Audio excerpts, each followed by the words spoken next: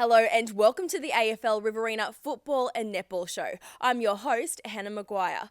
Well, I'm very sad to announce that this will be our last footy show of the year, but in saying that, we still have a cracking grand final to talk about. The Coolum Hoppers will take on Colin Gully in this weekend's RFL decider. We'll have more on that big brawl in the Farrer League grand final later in the show, but first, Karen Hugo from the Narrandera Eagles joins us in the studio to talk about the weekend's A-grade grand final. Welcome to the show, Karen. Now, you guys, this is your third consecutive grand final. Do you think you can get the hat trick this weekend? Would definitely be nice, and it's definitely what we're aiming for, but I hardly think Mango's going to roll over and just let us win. It's going to be a tough game. Yeah, it was a tough journey for you guys to get to this stage, wasn't it? It was really hard. We sort of feel like we've stumbled through the season. We had a lot of illness, a lot of injuries, and they all sort of happened at once, and we ended up having to qualify 4 of our B graders. So we'll all suit up on the weekend, and hopefully we can bring it all together in the grand final. Do you think the B graders, can step it up to match the A grade standard? They did in the games that they played. They played really hard, and they probably played a bit stronger than they do in their B grade. I think it probably lifted them a level. So having them girls on the bench ready to step in if we sort of stumble is a good thing for us. Okay, where do you think this game will be won? Definitely in the centre court. Both of our teams have very similar centre courts and very strong centre courts. So whoever comes out on top of that battle will probably take out the title, I think. All right, who are your key players and who will they be lining up on against Mango? Emma Piltz will be lining up on Georgia Cornell. She's a very strong goal attack, and they have a very strong physical battle ahead of them, and they're always really tight. So that battle will be interesting to watch and see how that unfolds.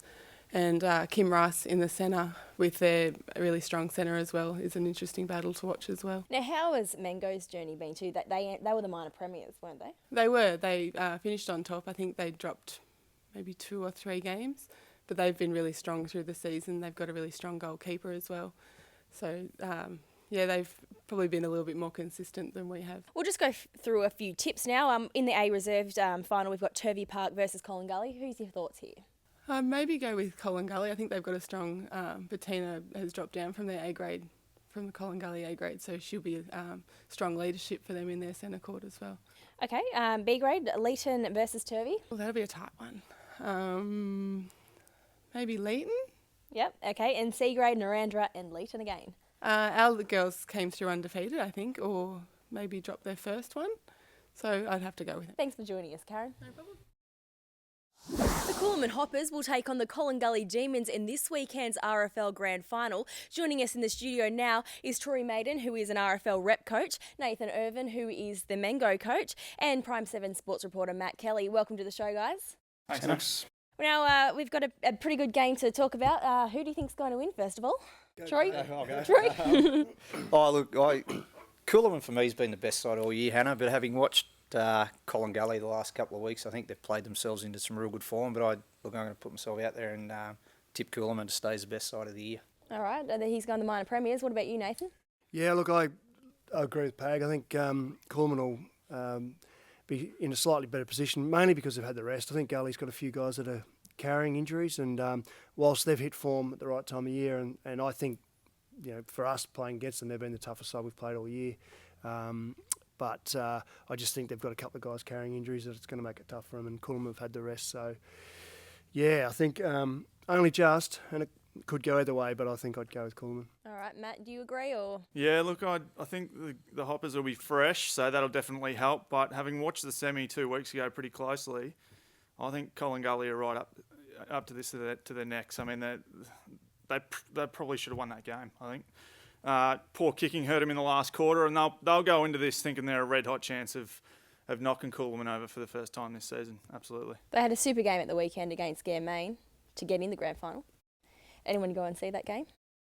Yeah, look, their structures look better than Gare Main, and they're just able to hold them out defensively and stop their run. And I think the big thing this weekend's game is that Coolman match up pretty well on Colin Gully's scorers in terms of Gap and Brad Aiken. So I think that it cuts off a lot of their supply, and you could see that 2 weeks ago. They had to have shots from where they normally wouldn't. Gap gets a lot of opportunity close to goal, but they've got some great defenders in Stevens and also they had Connor Nayland doing a very good job on Aiken, and he's hard to match up on down there. And I think that's where sort of the Gammains couldn't manage Gully, but I think Coolman will manage them pretty well in that area. Okay. Yeah, look, I would agree with that. I think Murray Stevenson's been the outstanding backman this year.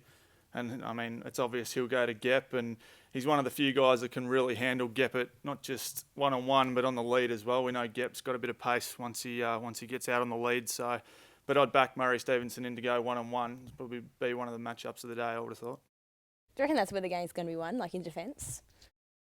For me, Hannah, I think probably the most important player for me, probably for Colin Gully, really, is going to be Jackson in the ruck. I thought last week he was excellent against Olsen, gave their midfielders first use, and I think really where an improvement has come for Colin Gully has been their toughness and their hardness around the footy the last few weeks, and then they're getting that spread on the outside. And so for me, look, I think Jackson's going to be really important for them this week to break even at least with Edavine, and give his midfielders first use if Colin Gully had a win. Yeah, I think it's important. With Measle back out, that's a big factor in my decision to go with Coolman as well. Is that he'll play, but he looked really proppy on the weekend. And if I saw the injury happen, and I'd be surprised if he can contribute a great deal, even another week down the track with that sort of injury. And in hindsight, they may have been better off not playing him on the weekend and giving him another rest. But I think they lose a bit without him. They do use him a fair bit around the ground as well. Jackson, he goes okay, but I think Edavine's probably physically going to be a bit strong for him. That's my opinion. But that'll be a really good matchup. I think it'll play a big part in the outcome for sure. I'll put my journo hat on here, Pag, and I'll ask you, mate. Benny Absalom absolutely tore Ganmain apart on the weekend. They didn't pick him up pretty much all day, and he just picked off the footy coming in off the half-back line. How do you work around that if you're Coolman? Oh, look, it's interesting because he's either going to have to go to Wiggers or Mitch O'Brien, where he's probably not going to get that latitude. But look, I think both these sides, if you look at their half-back line, is where they try and get their run and carry. They start their attack from. So, yeah, I also thought Benny Absalom was super on the weekend. And, if he's let run and do that, he's going to cause a lot of damage and get the ball down, Narandro, whilst it's a big ground, it's not overly long. So if he can run through the centre, then he's going to be hitting Gep up on the lead. Can be pretty dangerous.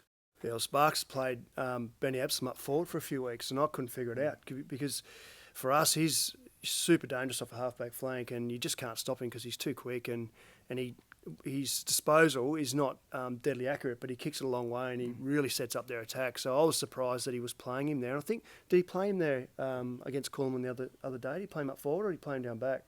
Because I've got a feeling he was up forward again. Yeah. But they've switched him round, and, mate, he sets up... Yeah, we tag him, basically. I'll run a tag on him off a half-back flank, and because he just sets up a lot of their attacking play. He was up forward, and then Lewington did a hamstring, and I think he got shifted back for a bit, but he did play predominantly. He's a lot more comfortable down back. He looked really out of sorts a couple of times up forward when we were playing. Dan Kennedy, I reckon, plays a similar role too. Cuts off a lot of attack, but then gives that run up through the middle as well. I think last week watching both Colin Gully's wingers too, Matty Kennedy and Beckmans, they tend to float back around half-back too and win a lot of ball around there and then run forward. So it's something Coolman's going to have to watch for sure. Going to be a dynamite midfield battle. I mean, on last week, questions over Gordon's shoulder, but he didn't have a great game. He was tagged by Crozier and probably didn't get the high numbers that Gordo usually gets. And the other one, Caleb Veering, played last week, but comes back from VFL Development League. The kid can obviously play. Probably was a little bit, I've seen him tear games up for Colin Gully when he's come back this season. Probably a little bit quieter on the weekend, so there's scope there for him to improve this week and really cause some troubles. And then, Coolman, their midfield speaks for itself with the likes of Maddox. If you just want to run us through that. Yeah, look, good old play. There's no dramas there, I wouldn't have thought. Sort of read a couple of things where he said he won't play unless he's 100%. Well, you're going into a grand final, whether you're close to 100%, you are 100%. And think about Gordo and probably Caleb Veering as well. They are pretty good around the footy, but they can go forward and be dangerous. But you look at Coolman's midfield. You got Maddox, Chamberlain, Crawford will flick through there. Luke Maloney will go through there. Lou Roberts, if he has to, will go through there. So yeah, look, cracking battle, and that's why I get back to Colin Gully's ruckman as being so important. He needs to break even with Edavine. Otherwise, I think Coolman midfield will cause a hell of a lot of damage. All right, fellas, we're running out of time. Some good discussion there. Just one word answer for the next one, but we'll talk a little bit about the second grade. Who's your pick? One word answer. Mango versus Collingully again. Mango for me. Mango, obviously. Yeah, I'll go with Mango as well. Mango it is. Thanks for joining us in the studio today, boys. Now, that grand final for the RFL will kick off at 2:15 p.m. at Narandra on Sunday. Shane Buchanan from AFL New South Wales joins us in the studio now to talk about that big brawl in the grand final on Saturday. So, it was a bit of entertainment for the spectators, but, there's some pretty serious consequences that could come out of it. Is that right, Shane? Yeah, there is, Hannah. It's really disappointing, I suppose, the behaviour of the players on the day, and in particular both two clubs. So basically, Tim McCauley was reported for striking Luke Webb out of that particular melee. We'll now, as part of the bylaws, we can investigate the actual incident, and AFL Riverina is in that process now. We'll engage the CSU TV production team and also the local media and get copies of the film from the grand final, and we'll go through a process of reviewing that film and then citing any individuals who we believe may have breached any of the laws of the game and go through that process. Okay, it's the grand final's done and dusted. What punishment is going to happen to these players? Well, this stage, I can't say that, Hannah. Basically, we've got to go through an investigation process. I mean, if players are found to be guilty of any breaches, they'll be forwarded onto the independent tribunal who will hand down findings based on the evidence provided on that particular night. Who are the other players that are involved? Well, at this stage, we're still going through that investigation process, Hannah. So at this stage, we're waiting to get all the footage, and once we get all that footage, we'll let everybody know which individuals may have breached any rules. Now, it didn't sort of start from much. It all just sort of happened from nowhere. It didn't take much for it to tip over the edge, and everyone's sort of getting amongst it. Yeah, well, I suppose in regards to a grand final, tensions are high. I suppose that's a natural thing. I mean, you're obviously playing for a premiership cup.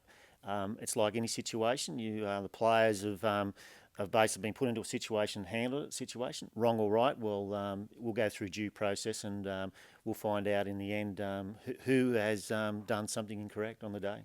With the vision that I got, there was some pretty terrible language and behaviour in the crowd.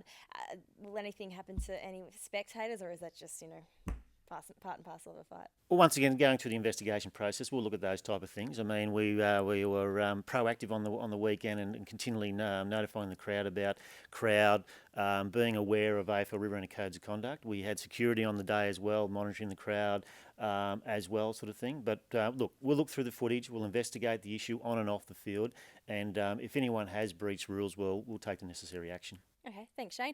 Just before you go, we'll just talk about the RFL Grand Final at the weekend and the times that the games will be played. Yeah, we've changed the times this year. In first grade, we'll be starting at 2:15 this year. Reserve grade will be at 11:30, and the under-17s 9 o'clock. We're just taking that measure, just found a bit of pressure in regards to games being completed and the presentations taking place and the next game started. So we've given ourselves a little bit of fat in regards to time there in regards to those. So we hope the day runs a lot better and is a better spectacle for the spectators. So really looking forward to the games, in particular the under-17s match. This will be an absolute classic. Temora Football Club have got their 17s in the AFL Riverina under-17s competition. Well, that's 6 games, 6 grand finals for them this year. I mean, that's an amazing effort. Absolutely fantastic for the club. And they're up against a quality team in the Wagga Tigers under-17s team. And look, this game will be a great game. It's a 50-50, there's no doubt about that. But Temora's form is been fantastic. And I just encourage everyone to get there early. History will show you the under-17s game is probably the best game of the day, or usually the most closest game of the day. So I'd encourage the people to get along to that particular match, because you'll see some outstanding talent, and some boys will be playing in that. You would imagine probably may go to the elite level. There's no doubt about that. We've got some outstanding talent in those two particular teams. Okay, and on a sadder note, this is our last show for the season. Yes, Hannah, it is. It's been fantastic. I'd like to thank yourself, Matt, the CSU production team. It's been a great experience. We've learnt along the way, and I suppose a big thank you is to the viewers, those people who come and watch this show every week. We'd like to thank you, and we all look towards next year. Sorry, Henny, you won't be here with us, regrettably, but no doubt we'll find someone else to fill your role. Probably not as good as what you've done, of course, but it all goes well, and thank you for those people out there that have watched the show and everyone behind the scenes. It's been fantastic. Okay. Too easy. Thanks, Shane. And thank you guys. Once again, thanks for all your support. I won't be here next year, unfortunately. I'll be jetting off to Sydney, but that's all good. So, yeah, until next year, we'll see you at aflriverina.com.au.